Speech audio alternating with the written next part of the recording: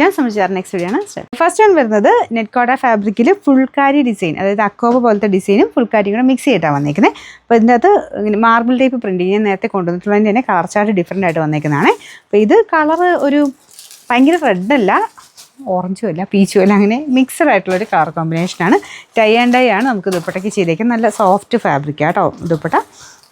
Bottom വരുന്നത് red shade.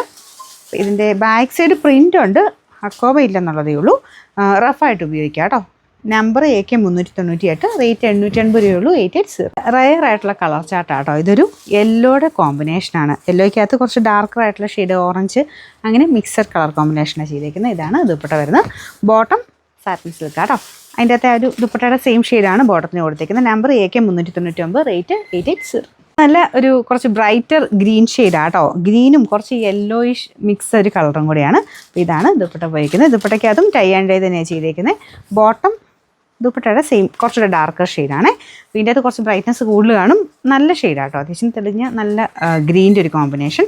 Number AK 400, rate 880, 880. ഇതിനകത്ത് നാലാമത്തെ ഷെയ്ഡ്, ഇതും നല്ല ഷെയ്ഡാണ് കേട്ടോ. നമ്മുടെ വൈനും പർപ്പിളും എല്ലാം മിക്സ് ആയിട്ടുള്ള ഷെയ്ഡ്. ദുപ്പട്ട ഇതുപോലെ വരും. ഇതിൻ്റെ താഴെ ബോർഡറിൽ ആ സെയിം കളറിൽ തന്നെ ചെറിയ ലേസ് വർക്കും കൊടുത്തിട്ടുണ്ട്. ബോട്ടം വരുന്ന ഇതാട്ടോ. Number AK 401, rate 880.